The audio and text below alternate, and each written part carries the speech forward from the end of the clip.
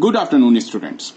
आज के इस वीडियो लेक्चर में हम लोग बेसिकली डिस्कस करेंगे डायबिटीज से एक्स्ट्रा पॉइंट के रिगार्डिंग, जैसे टाइप 1 डायबिटीज क्या होता है और टाइप 2 डायबिटीज क्या होते हैं।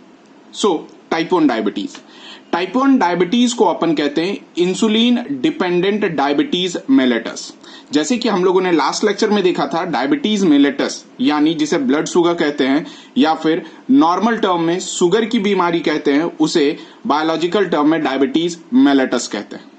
इसकी डेफिशिएंसी जो होती है caused by deficiency of insulin, और ये जो ट्रीटेड होता है वो सिर्फ और सिर्फ इंसुलिन थेरेपी से ट्रीट होता है।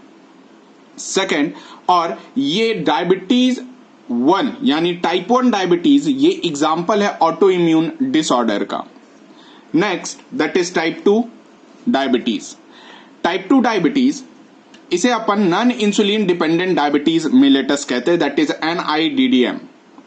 ये जनरली कॉज क्या होता है, जब जैसे कि हम लोगों ने लास्ट और प्रीवियस लेक्चर्स में देखा था कि इंसुलिन रिसेप्टर्स ऑलरेडी किसी भी सेल्स पे प्रेजेंट होते हैं, तो caused by decrease sensitivity of receptors of a target tissues to metabolic effect, यानी वो जो रिसेप्टर्स थे टारगेट टिश्यूज पे उसकी सेंसिटिविटी डिक्रीज हो जाती है, इस वजह से डायबिटीज होने के चांसेस बढ़ते हैं। रिड्यूस होता है सेंसिटिविटी टू इंसुलिन। क्यों? क्योंकि वो रिसेप्टर्स सेल और टिश्यूज पे प्रेजेंट होते हैं, जिस वजह से अगर वो इंसुलिन को ट्रैप नहीं कर पाएंगे तो अल्टीमेटली क्या रहेगा, इंसुलिन रेजिस्टेंस बढ़ जाएगा और हमें डायबिटीज होने के चांसेस इंक्रीज कर जाएंगे। उसी जगह पे एक टर्म है दैट इज इंसुलिन शॉक। ये इंसुलिन शॉक होता क्या है, आपने बहुत बार सुना होगा कि कोई भी पर्सन अगर फास्टिंग पे हो तो वो डायबिटीज का इंजेक्शन ले लेता है, इंसुलिन का अगर इंजेक्शन वो ले लेता है वो डायबिटिक पेशेंट, तो देन क्या होता है, सडन उसके ब्लड शुगर में डिक्रीज आना शुरू होता है। और जैसे ही ये सडन ब्लड शुगर डिक्रीज करेगा और अप टू 40 मिलीग्राम पर 100 ml रह जाएगा, तब वो पेशेंट अनकॉन्शियस हो जाएगा। और इवन समटाइम्स ऐसा ऑब्जर्व किया गया है कि उसी के वजह से वो पेशेंट डाई हुआ है। एक और चीज यहां पर समझने वाली बातें हैं कि जब फास्टिंग में रहता है, इंसुलिन ले लिया, ब्लड शुगर डिक्रीज हो गया। जैसे ही ब्लड शुगर डिक्रीज हो गया, आप जानते हो शुगर हमारे बॉडी का एक इंपॉर्टेंट रोल प्ले करता है, यानी ग्लूकोज जनरली क्या करता है हमारे बॉडी में एटीपी का सिंथेसिस में सबसे ज्यादा इंपॉर्टेंट रोल प्ले करता है। और याद रखिएगा, जैसे ही ब्लड में ग्लूकोज कम हो गया तो आप सोच सकते हो एटीपी का सिंथेसिस नहीं होगा, अल्टीमेटली पेशेंट कैसा हो जाएगा, अनकॉन्शियस, और एटीपी ना रहने की वजह से वो डेथ कर जाएगा। अब हम लोग रेगुलेशन से समझने का कोशिश करेंगे। लास्ट और प्रीवियस लेक्चर्स में मैंने दोनों ग्लूकागॉन और इंसुलिन को 1 by 1 करके समझाया था। अब थोड़े फ्लो चार्ट में समझे पॉजिटिव और निगेटिव मैकेनिज्म। जैसे मानते हैं फर्स्ट केस में क्या हुआ कि अगर ब्लड ग्लूकोज डिक्रीज हुआ यानी हाइपोग्लाइसेमिया हुआ, हाइपोग्लाइसेमिया के केस में यही ब्लड ग्लूकोज पेनक्रियाज के अल्फा सेल्स में जाएगा और अल्फा सेल्स क्या सिक्रीट करता है, ग्लूकागॉन सिक्रीट करता है। ये ग्लूकागॉन आगे चल करके एक्ट होता है किस चीज पर, हिपेटोसाइट्स पे। हिपेटोसाइट्स वो सेल्स होते हैं जो लीवर में प्रेजेंट होते हैं, यानी लीवर वाले जितने भी सेल्स हैं उसे हिपेटोसाइट्स कहा जाता है, जिस वजह से ग्लाइकोजिनोलाइसिस हो जाएगा, मतलब ग्लाइकोजन ग्लूकोज में कन्वर्ट होगा। नेक्स्ट दैट इज ग्लूकोनियोजेनेसिस होगा, यानी ग्लूकोज कन्वर्ट होगा लैक्टिक एसिड और एमिनो एसिड में। अब ये क्या हो गया, that is glucose release by hepatocytes, यानी जब कन्वर्सन चल रहा होगा तो ये हिपेटोसाइट्स क्या करेंगे, ग्लूकोज को रिलीज करेंगे और अल्टीमेटली ब्लड ग्लूकोज इंक्रीज होगा, जिस वजह से क्या कहेंगे, हाइपरग्लाइसेमिया। जैसे ही ये ब्लड ग्लूकोज एक्सेस अमाउंट में इंक्रीज होना शुरू हो गया या फिर अप टू मार्क हो गया, देन ये सिग्नल भेजेगा किसे, पेनक्रियाज को, और पेनक्रियाज को सिग्नल भेजने के बाद इसे क्या कर देगा, स्टॉप कर देगा। कब, जब ब्लड ग्लूकोज इंक्रीज होगा। हालांकि एक और इवेंट होगा, जब ब्लड ग्लूकोज इंक्रीज हो जाएगा उस केस को अपन क्या कहेंगे, हाइपरग्लाइसेमिया कहेंगे, यानी बीटा सेल अब इंसुलिन सिक्रीट होगा। यहां पर दो मैकेनिज्म होगा। पहला मैकेनिज्म होगा कि ग्लूकागॉन का इनहिबिशन करवा दिया जाए, दूसरा क्या होगा कि बीटा सेल्स को ट्रिगर करके इंसुलिन का प्रोडक्शन कर दिया जाए। ये वेरियस पार्ट पे एक्ट करेगा और एक्सेलरेट करेगा diffusion of glucose into cells, यानी ग्लूकोज का सेल के अंदर डिफ्यूजन को इंक्रीज करवा देगा, जिस वजह से ग्लाइकोजेनेसिस इंक्रीज हो जाएगा, यानी ग्लूकोज से ग्लाइकोजन में कन्वर्ट हो जाएगा, और Uptake of amino acid increase होगा जो कि प्रोटीन सिंथेसिस इंक्रीज करवाएगा, लाइपोलाइसिस इंक्रीज करवा देगा और अल्टीमेटली ग्लूकोज डाउन हो जाएगा।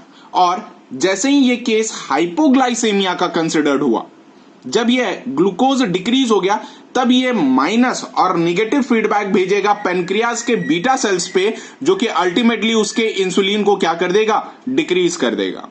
और यहां पर लास्ट दोनों टर्म जो मैंने ऑलरेडी समझाया, that is hyperglycaemia insulin factor, hypoglycaemia glucagon factor. So उम्मीद है कि आपको ये रेगुलेशन समझ में आया होगा। नाउ अब हम लोग डिस्कस करेंगे गोनैड्स के बारे में। First one that is the testis. Gonads basically female और मेल के रिप्रोडक्टिव ऑर्गन और मेन रिप्रोडक्टिव स्ट्रक्चर को गोनैड्स कहते हैं, जैसे testis for the male and ovaries for the female.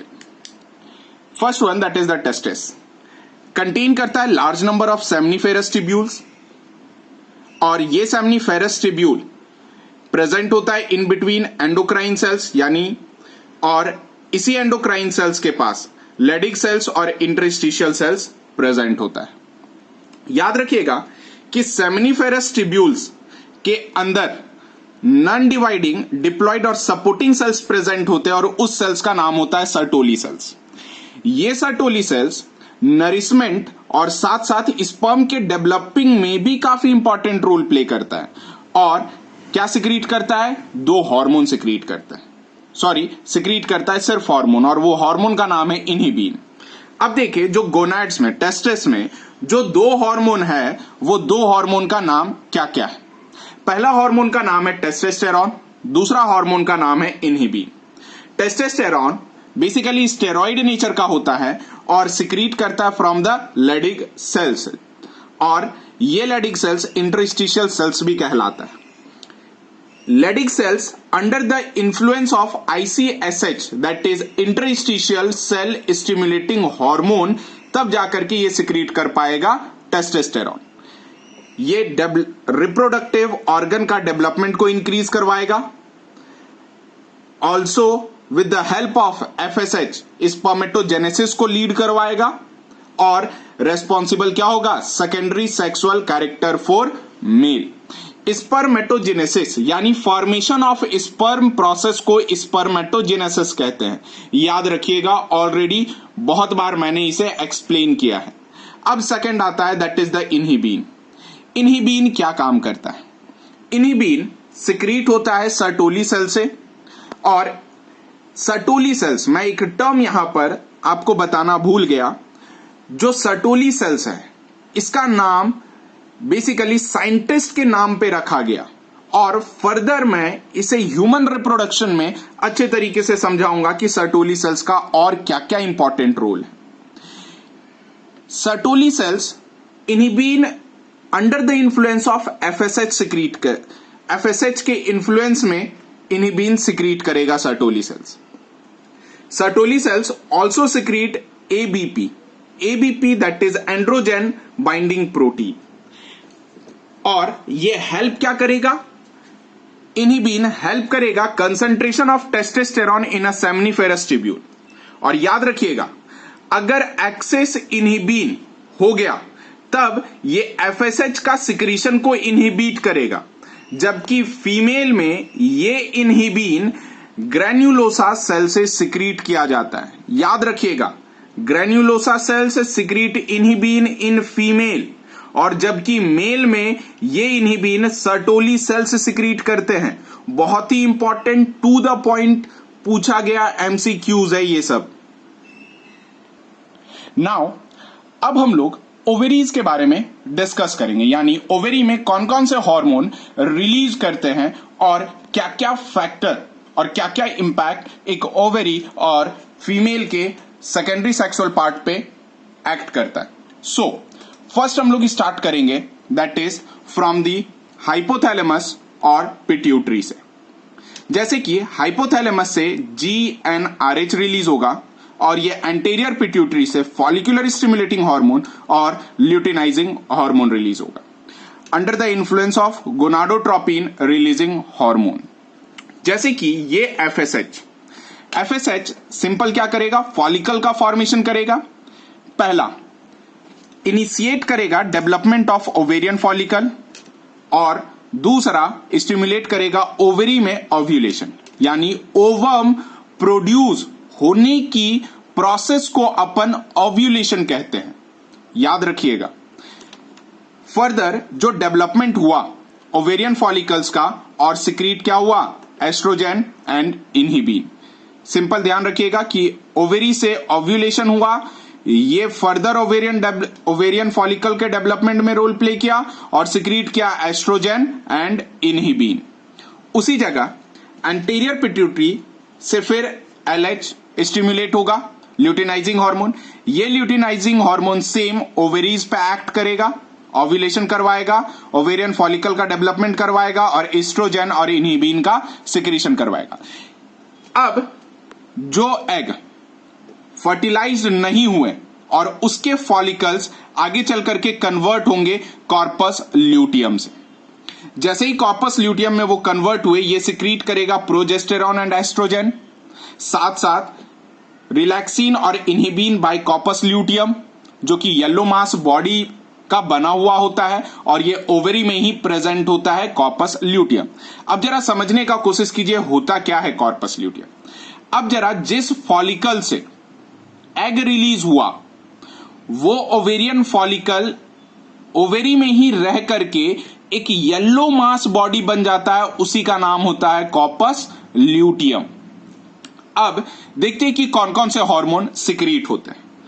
पहला दैट इज एस्ट्रोजन, दूसरा प्रोजेस्टेरॉन, तीसरा रिलैक्सिन और चौथा दैट इज द इनहिबिन।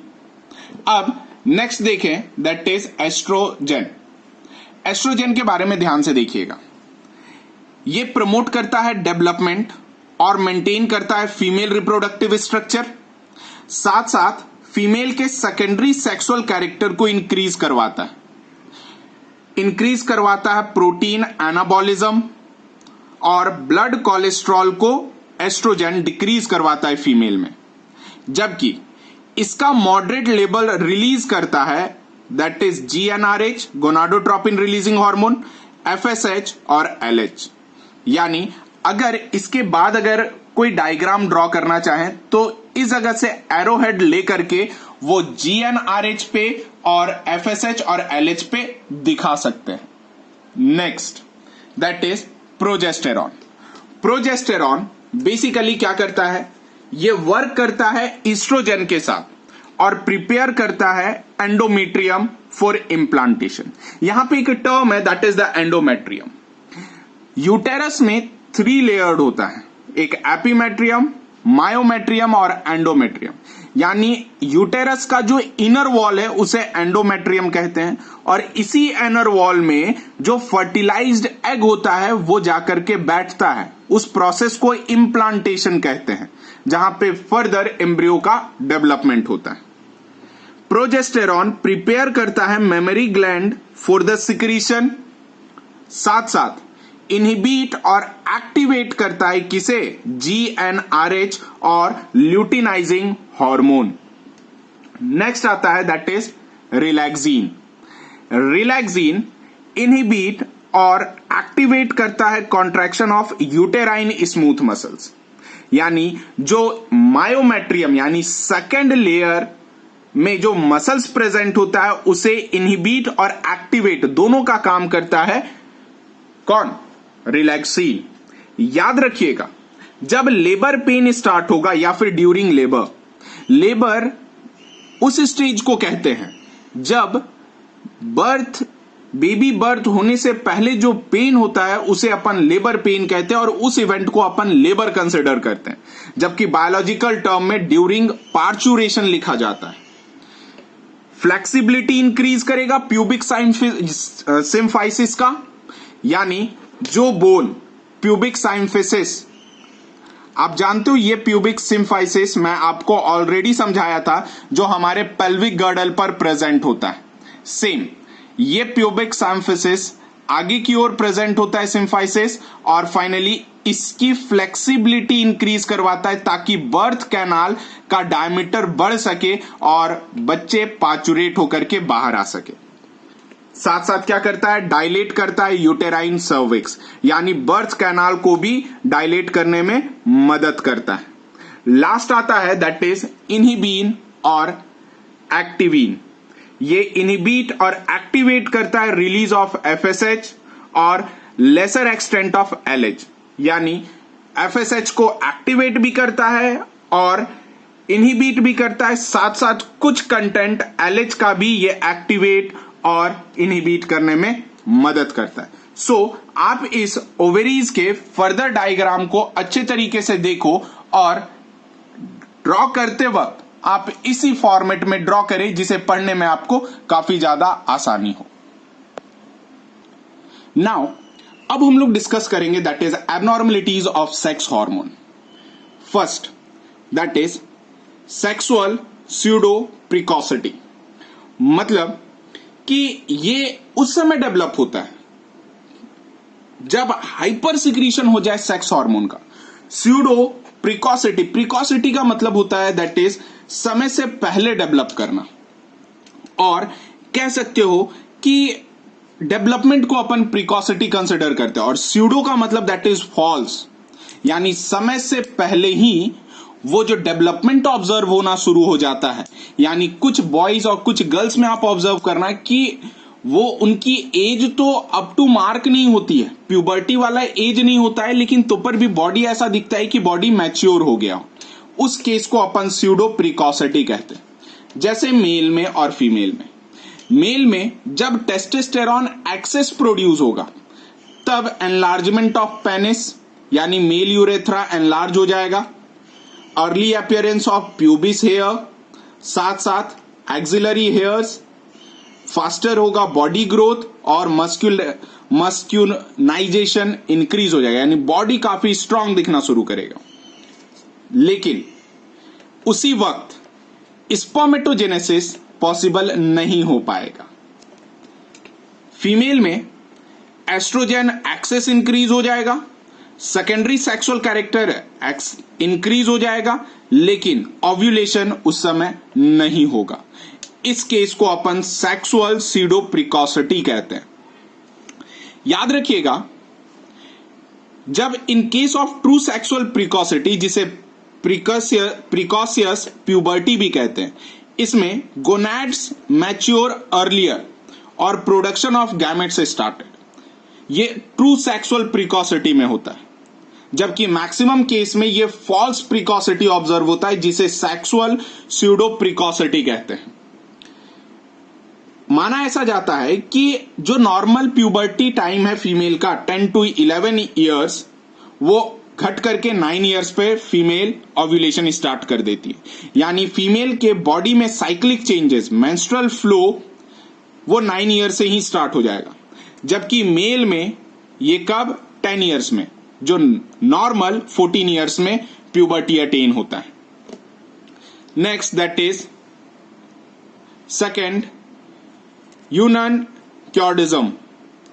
ये डेवलपमेंट उस समय होता है, develop due to the failure of testosterone secretions, यानी टेस्टोस्टेरॉन सिक्रीशंस का फेल हो जाए तब accessory sex organ like penis, prostate gland, seminal vesicles remain in smaller size, यानी मेल यूरेथ्रा, उसके अंदर जो प्रोस्टेट ग्लैंड है, सेमिनल वेसिकल है जो कि सेमिनल फ्लूइड सिक्रीट करता है, वो स्मॉलर साइज के होंगे। यानी अप टू मार्क जो भी सिक्रीशन होना है वो सिक्रीशन नहीं होगा। यानी सेकेंडरी सेक्सुअल कैरेक्टर मेल का फेल हो जाएगा डेवलप होने में, यानी इंसान का एज तो ज्यादा रहेगा लेकिन तो पर भी वो बच्चे के जैसा दिखेगा। Next that is gynaecomastia. ये जब एस्ट्रोजन टू एंड्रोजन रेशियो अगर डिस्टर्ब्ड हुआ या इम्बैलेंस हुआ तब इस केस में अपन कंसिडर करते हैं गायनेकोमास्टिया। मैस्टिया। ये एक जेनेटिकल डिसऑर्डर भी है। अमाउंट ऑफ सर्कुलेटिंग एस्ट्रोजन, ये वो भी मेल में, कहां से? फ्रॉम एड्रिनल ग्लैंड इंक्रीज हो जाता है, जो कि ब्रेस्ट का एनलार्जमेंट कर देता है, यानी ब्रेस्ट फीमेल के जैसा ऑब्जर्व होना शुरू होता है। और डिक्रीज करता है amount of testosterone in later life of male, मतलब जब इंसान गायनेकोमैस्टिया का परेशानी झेल रहा होगा तो अब उसके एज दैट इज 22, 25, 30